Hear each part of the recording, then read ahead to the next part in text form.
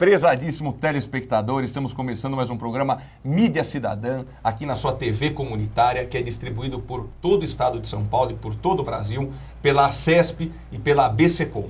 Quero começar aqui saudando o nosso chefe maior, Fernando Mauro, que é o nosso presidente, que é o ex-dono desse programa que nós usurpamos. Então tá aqui do nosso lado. Quero filmar a gente junto para mostrar que existe um separatismo, mas a falsidade entre nós tem vencido. Tem limite. Nosso irmão Fernando Mauro, nosso querido amigo. Pois não, por favor. É bom fazer esse esclarecimento porque minha mãe fala assim, mas ô, meu filho, por que o Valtinho está apresentando o seu programa? Então eu queria explicar para minha mãe.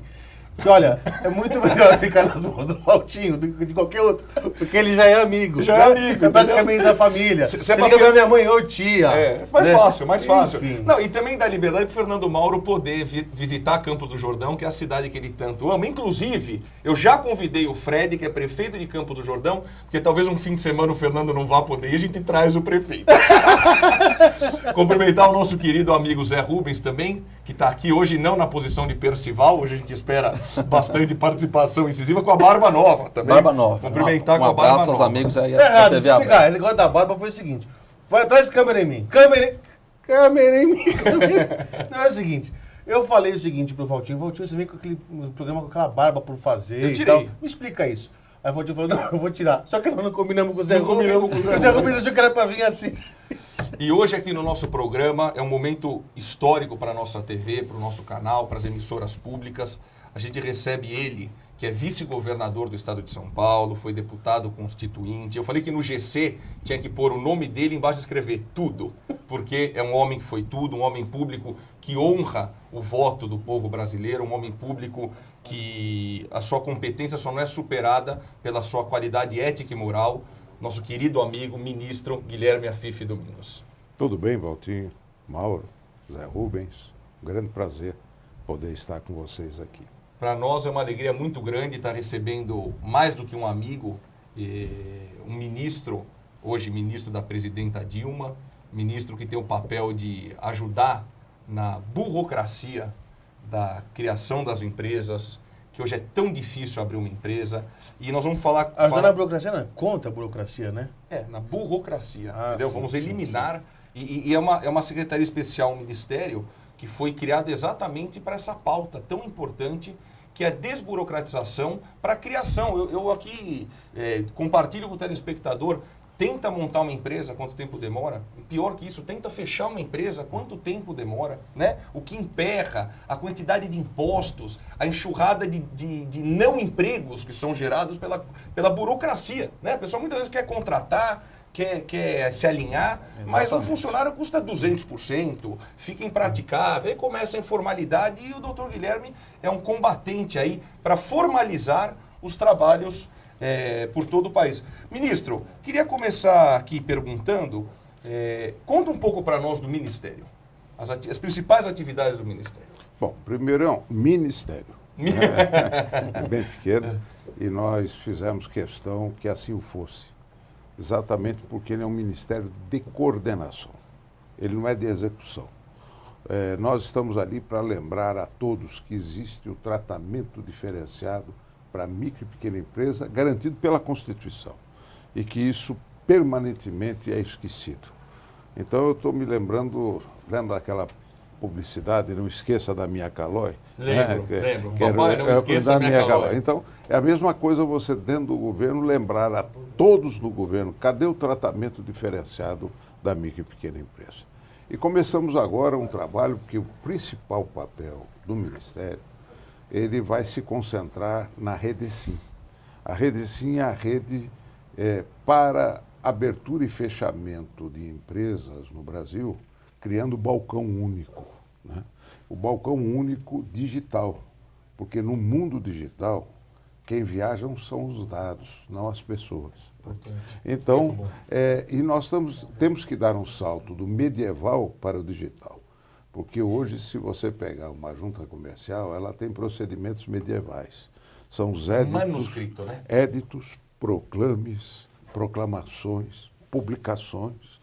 Meu Deus do céu, hoje... Carimbo, tudo para tudo online, quanto é lado. Tudo online. Carimbo, você, selo, Agora, o mais importante é a assinatura digital, a certificação digital. Porque o indivíduo mesmo à distância, ele assume compromissos. E hoje no Brasil, nós temos que inverter um conceito de que a má burocracia, ela não acredita no cidadão, não confia no cidadão, não capacita o cidadão. Pune, né? E, por fim, não fiscaliza. Ou Então, seja, se você apresentar tudo falso, passou, desde que tem um monte de carimbo. Quer dizer, tem que estar protocolarmente correto, mas moralmente não precisa. Passa. É uma judiação. Então, dentro disso, hoje, o ato de abertura de empresa, ele passa por um critério, que é o critério de um questionário que você vai assumir aquilo que você está afirmando. Então, autodeclaração. Né? Autodeclaração. Então, você pega, por exemplo, hoje, 90% das empresas são de baixo risco ambiental, meio ambiente 90%. ou vigilância sanitária. Muito bem. Como é que eu concluo que é alto ou baixo risco? Preencha o questionário. Sim, não, sim, não. Eu vou dar um rating. Lavanderia. Você usa uma caldeira movida a óleo ou sistema de eletricidade? Se é eletricidade, é baixo risco. Se é óleo, é alto risco. Você está com depósito de combustível. Então, você concluindo, você no final assina digitalmente, declara e já sai na hora. Você só vai fiscalizar a posteriori. Se acontecesse isso, e logicamente o que é alto risco, vai ficar para uma inspeção anterior. Agora, veja o que aconteceu em Santa Maria. Mas o dono da padaria não pode pagar o preço do dono da indústria, né? Ou talvez... Não, mas o problema é a rapidez com que você tem que desvencilhar-se do problema. Certo. E aí, com segurança. Porque quando é alto risco, a vigilância tem que ser prévia e a autorização tem que ser olhada com todo cuidado. Claro. Por exemplo, lá em Santa Maria, o oficial do Corpo Bombeiro falou, mas eu tinha 2.000 processos para analisar. Na verdade, se fosse o alto risco, ele só teria 100 para analisar. Os outros já teriam saído porque era de baixo risco. Resultado, ele misturou tudo na fila e o principal não foi vigiado e morreram 250 Ou seja, ele acabou indo ver uma papelaria e não foi ver uma casa noturna com 2.000 pessoas. Tem isso. Então, é mudar a prioridade da fila. Exatamente. Então, com isso, você ganha incrivelmente em termos de velocidade. E no ato de abertura de uma empresa, que hoje no Brasil beira 180 dias, 6 meses, é muita coisa, nós estamos num vergonhoso 130º lugar no ranking das nações, feita pelo Banco Mundial através de um programa chamado Doing Business. Ou seja, o Brasil é um dos piores países em apoio ao empreendedorismo. Agora, vai fechar uma empresa. Né? Então, esse balcão... Demora mais ainda. Né? Esse balcão único, você fala, declaro, quero fechar minha empresa. Perfeito. Me dá o nome do responsável e o local onde estão os livros. Está fechado. Entendi. Depois vai fazer a inspeção. Na verdade, é transferir a responsabilidade para o dono da empresa, né, e cobrar dele o resultado necessário e colocar ele numa fila de prioridade. Ou seja, é um réu confesso online. Por isso que nós estamos hoje investindo com autorização da presidenta Dilma, que inclusive já deu uma entrevista nesta última semana, falando a respeito do projeto, com grande entusiasmo, e nós temos 1 ano para implementar esse projeto. Nós estamos contratando com o SERPO um megaportal que vai reunir 8 milhões de CNPJ. Nossa, que bacana. Né? Então, e centralizado dentro deste portal, e os estados operando, fazendo a concentração para que a gente possa atingir todos os municípios brasileiros. Porque quando você vai abrir uma empresa, primeiro que tem que ser consultado é o município. Pode ou não pode nesse local. Isso, né? Está perfeito. Se pode, já o resto anda na hora. Então você tem que estar interligado através do sistema digital em todo o Brasil. É maravilhoso, né, Fernando? A gente sabe a dificuldade e o governo não pode mais ser inimigo do empreendedor. Né? É opressor, é um modelo opressor. Então, a pessoa, se ela vai cometer um crime, ela comete um crime e está sujeito à lei. Se a pessoa vai fazer tudo dentro da lei, não consegue. Agora, eu queria aproveitar a presença do ministro Afif para lhe perguntar a respeito de uma bandeira que você sempre foi o portador, que é a questão da questão não só da redução da burocracia, mas da redução de impostos. Verdade. Ou, na realidade, é para o cidadão saber o quanto ele paga de impostos nos produtos que adquire. Porque isso é uma questão de cidadania. Muitas vezes o sujeito ele vai para uma papelaria, como você citou, ou para um restaurante, ele paga aquele produto e ele não sabe quanto tem de imposto, diferentemente do que ocorre nos Estados Unidos. O senhor foi autor de um projeto de lei que prevê destacar na nota fiscal quanto que é o que custa o produto e quanto que é de imposto que está embutido no produto. Eu queria que o senhor falasse um pouco a respeito disso e como é que o senhor imagina que esse projeto de lei pode resgatar a cidadania de quem está comprando e que não se vê como consumidor. Ele acha que ele não paga imposto porque ele não paga DARF ou coisa parecida, mas quando ele consome ele também paga. Esse é o trabalho para a consciência cidadã, né? Que é o taxpayer, o pagador de impostos. Dentro do princípio da campanha que fizemos, pago, logo exijo. Né? Lógico, eu estou pagando, eu tenho o direito de exigir contrapartida. Claro. Mas o brasileiro não sabe, porque a maioria dos impostos está embutida no consumo. Ontem eu fui na farmácia, comprei R$100, né? E já está lá na nota. Já está. Já está. Hoje o Brasil inteiro já está colocando. Preste atenção, às vezes o telespectador não olha, mas olha na nota que tem no rodapé. Impostos aproximados, né? Porque é valor por aproximação. Então, do que eu estava pagando ontem, 36%.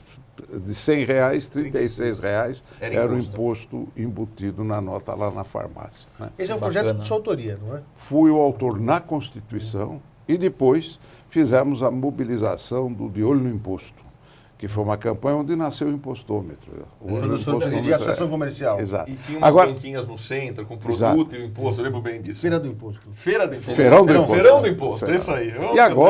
E agora o que aconteceu? Você vê o que é o destino, né?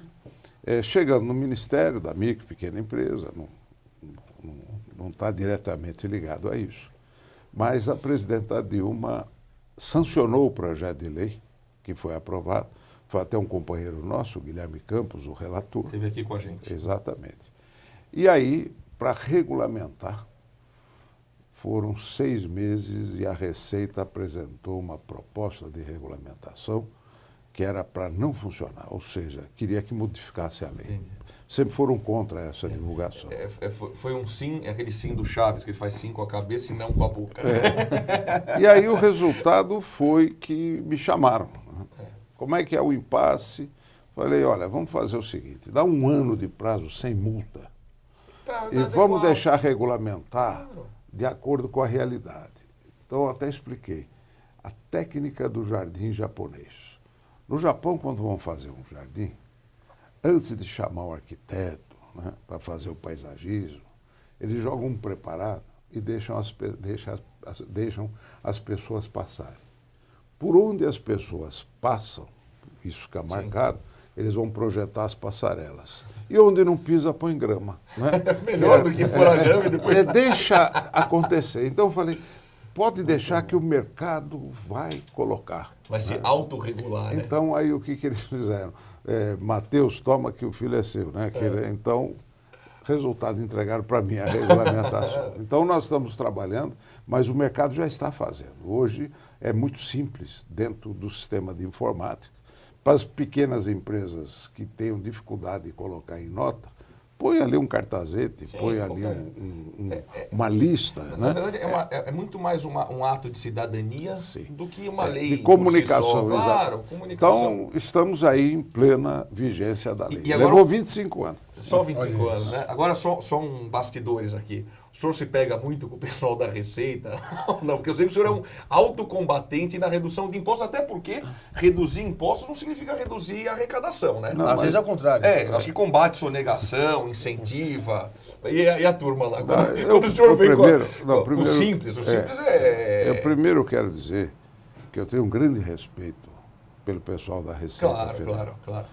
É o mais qualificado,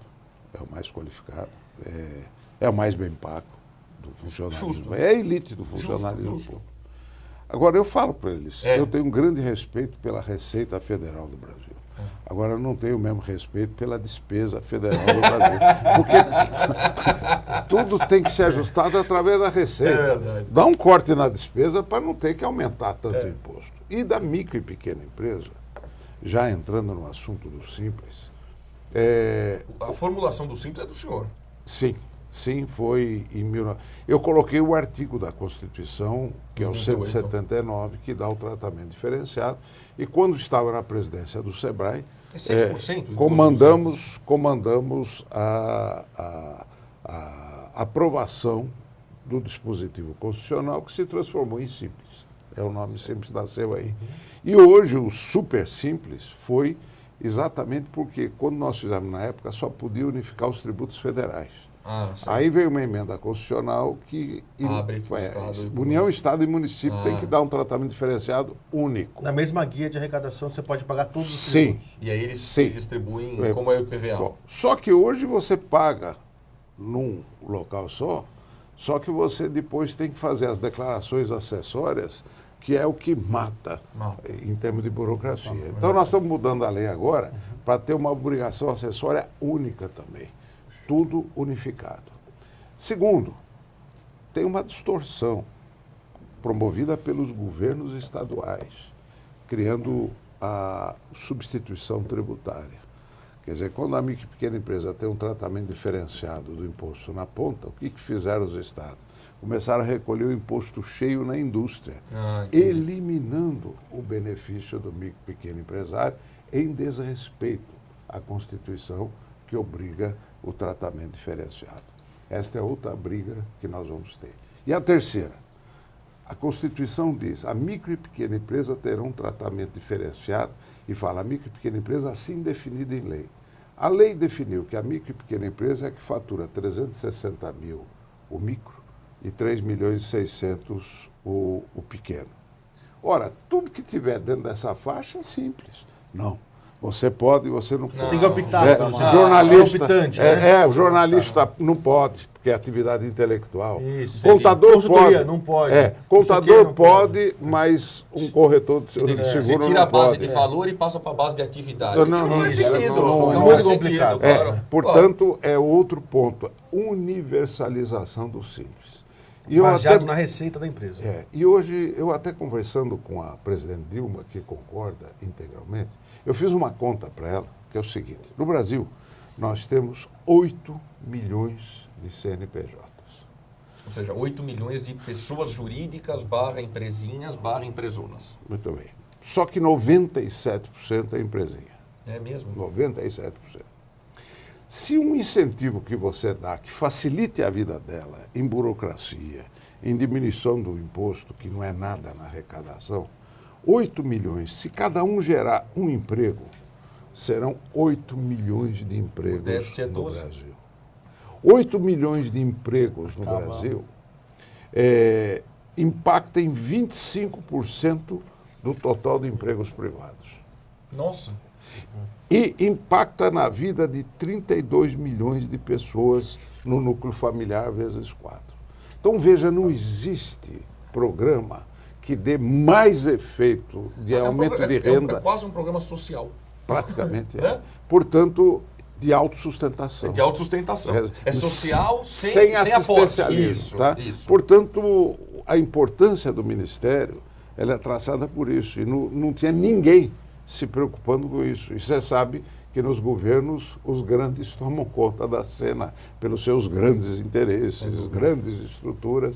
Então, é a vez do pequeno lá dentro. Agora, nessa linha ainda, doutor Guilherme, como está o financiamento das micro e pequenas empresas? Porque pela grande mídia, né, a população assiste todo dia no jornal, nos grandes jornais, os grandes empresários tomando dinheiro no BNDES, né? E grandes problemas acontecendo até de gestão desses recursos. E a gente acompanha a sua história e sabe que uma das suas lutas é o financiamento o microcrédito, né? Como que está esse tema no Ministério? Né? Olha, esse é um ponto que nós estamos agora reunindo todo o setor financeiro para fazer um diagnóstico. Esse diagnóstico é o seguinte: no Brasil, hoje o microcrédito é todo voltado para capital de giro, não é para investimento. Porque você pega o microcrédito, a média de financiamento são 6 meses. Isso é curto prazo. Sim. Né? E o micro e pequeno precisa de crédito de investimento de mais longo prazo, que só os grandes têm. É para ampliar a sua instalação, comprar equipamento Maquinário. necessário. Eu vou dar um máquina. exemplo, um pequeno exemplo. Com a criação do MEI, microempreendedor individual, que nós participamos ativamente, a atividade que mais se regulamentou, mais se formalizou, foi de manicure. Poxa. E essas manicures hoje são disseminadoras do vírus da hepatite C. Por conta do mal esterilização, dos Porque ela equipamentos, ela ferve o equipamento. E ela teria que comprar Esterilizador. um forno, aquele forninho de esterilização, né, que se chama autoclave. Essa autoclave custa R$2.000. Se ela for tentar comprar essa autoclave em qualquer loja, tem que pagar à vista. Não tem financiamento, porque é bem de produção. São 200 Agora, unhas, se ela for numa loja de eletrodoméstico comprar uma televisão de 50 polegadas, que custa R$2.000, ela tem até 50 meses para pagar. Porque todo crédito está em bem de consumo. Né? Tá aí esse da nossa casa, Minha Casa Minha Vida, compra geladeira, televisão, tem Bem todo o bacana. crédito. E esse Agora, equipamentinho se essa... não é consumo, não é Não, tá na não é categoria produção. televisão, é produção. E segundo, Olha está só. ligado à renda. Vai precisar de um financiamento de 36, de 50 meses. Não tem. Tá?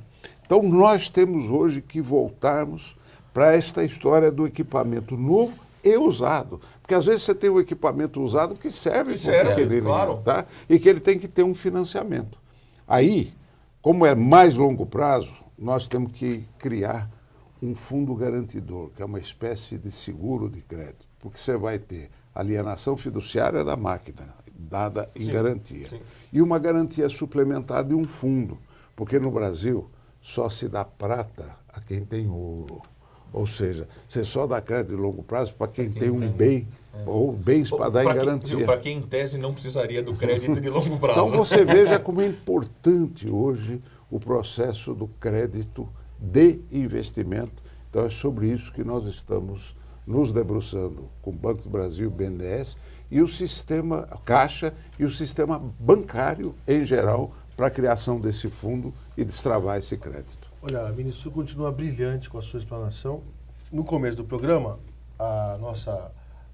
o organizador aqui ela até tentou passar um pozinho assim no senhor para tirar seu brilho, mas não conseguiu. Não conseguiu. Não conseguiu tirar seu brilho. É meu amigo. Não, eu queria dizer, mas é verdade. Porque sabe o que acontece? Porque o verdade. ministro ele está indo no ponto-chave, no X da questão. E a gente fica pensando... Na dor do ministro, povo. Quer dizer, o ministro falou o seguinte, olha, para aprovar, só para a gente destacar quanto se paga de imposto na nota, levamos 25 anos e precisou o ministro Afif sair daqui ainda é vice-governador do estado de São Paulo, mas quer dizer, deixar as atividades enquanto vice-governador e ir para Brasília, assumir essa pasta para poder fazer as coisas acontecerem. Não, e um projeto de 88. Então só teve que chutar pro gol e cabecear, né? Depois de 25 anos, ainda bem que tá em forma. Por isso que... E aí eu também queria ouvir em linhas gerais, se você me Claro, permitir. está permitidíssimo. Como é que o senhor enxerga a questão da reforma política no Brasil? Que eu acho que a mãe de todas as reformas é a reforma política, né? Imaginando, assim... Por exemplo, tem muita gente que votou no senhor e levou o Geraldo junto. Né? Tem muita gente que votou no Michel Temer e a Dilma foi junto. Eu queria que o senhor falasse um pouco das distorções do sistema de representação que nós temos no parlamento. Eu acho, e essa posição minha é conhecida, dentro do partido a que pertenço, fiz questão de que essa posição fosse colocada no programa partidário, que é o voto distrital. Importante. Eu acho que o voto distrital é o primeiro grande passo. Distrital ou distrital misto? Eu quero distrital. Distrital. Puro. Sim, Eu concordo. distrital. Eu concordo. Muito bom. Porque o distrital vincula o eleito com o eleitor. E vira um mini majoritário naquela região. É Vira. majoritário. É majoritário. É um direta já, vereador e deputado. É isso aí. Então, há um comprometimento, inclusive com a possibilidade do recall. O recall é, se ele não cumprir com as determinadas, ele pode ser cassado no seu distrito. Portanto, é uma aproximação muito forte, né? Porque há políticos sérios, uma grande parte desses políticos vinculados à sua região e seu distrito, Tá?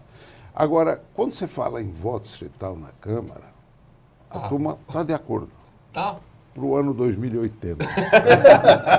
É dos bisnetos. Mais uns 25 anos no mínimo para No discutir a mínimo, questão. no mínimo. Porque, mas é natural, ele fala, poxa, eu coloco em risco o status quo, eu coloco em risco a situação atual, então é melhor não mudar. Portanto, eu defendo o plebiscito. Eu acho que o plebiscito... Deixa a população a decidir. população se manifestar, né?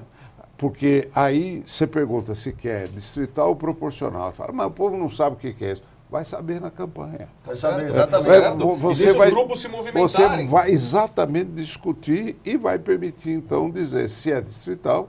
Pode até sair o misto depois. Não tem problema. mas O não mais tem importante é que a população tenha população- ciência do que está então, acontecendo. esse é meu o povo ponto. sabe, né? Acho que, Ah, acho que com seleção certeza. brasileira e política, todo Em mundo... São Paulo já tem alguns vereadores distritais aí, né? Olha, grande parte grande parte da Assembleia Vai- Legislativa Também, né? também São é. algumas cidades Agora, se quem é reúnem. que quer mexer no status quo? Aí ninguém. Ninguém, né? Então, só vindo de fora para dentro. É que isso atrapalha muito aquele parlamentar que engana as pessoas num pedaço do E estado vai para mudando. se eleger. Aí ele fala assim, não, agora próxima eleição vamos enganar outros em outra região. E o voto distrital vai impedir isso. Vai impedir. É, porque mas é ligado ao título. a resistência passiva é muito mais gerada pela mudança que gera insegurança. Toda mudança gera insegurança. Como sou eu que tenho que resolver isso, então é melhor eu não resolver. resolver, deixa Entrega pro para o próximo. povo, É. entrega para o Entrega povo pro povo. resolver. Olha, eu quero agradecer, como o papo tá bom, nossos 30 minutos passam voando, eu quero agradecer muito, muito, muito a presença do ministro aqui com a gente, falar aqui em meu nome, em nome do Fernando Mauro e todos os amigos da ACESP, que é a Associação dos Canais Comunitários do Estado de São Paulo. Onde esse programa é distribuído, inclusive, para todas as emissoras. Todas as emissoras. Antes eu quero falar do Facebook. Qual que é, Zé Rubens? O Facebook está com o canal democrático, é www.facebook.com/canal democrático, que todos os vídeos, as entrevistas, as fotos vão para a internet e a gente migra e espera que todos que não puderem assistir ao vivo na TV, assistam na internet. Ministro, olha, quero agradecer demais a sua presença. Tudo que tiver de novidade, tudo que precisar aqui do nosso pequeno espaço, manda para nós o material pelo Samuel, ou entrega para a gente, ou está sempre convidado para vir aqui contar das novidades. Eu quero agradecer demais por o senhor ter honrado a gente com a sua presença aqui na nossa emissora pública. Eu é quem agradeço, a você, Valtinho, Mauro, Zé Rubens, com quem a gente tem o prazer de conviver, e digo da importância do canal comunitário. Porque hoje o debate político, praticamente em todos os outros canais, com exceção da internet, de televisão, ele foi relegado a um segundo plano. E hoje é muito importante esse debate de esclarecimento com o tempo, né, para que a gente se permita se comunicar com o cidadão e levar exatamente as ideias novas e aqueles que tenham um tempinho parar para olhar e falar, é isso que eu estou pensando. Como é importante essa comunicação. Parabéns ao trabalho de vocês no canal comunitário. Muito obrigado, Obrigado, ministro. ministro. Esse programa aqui é a extensão do seu ministério, do seu gabinete, e você agora Até segue... porque é ministério, né? Ministério, então não Então tem é problema. tudo a ver com a gente, tudo a ver. Um grande abraço e continue com a sua programação local. Tchau, tchau. É que...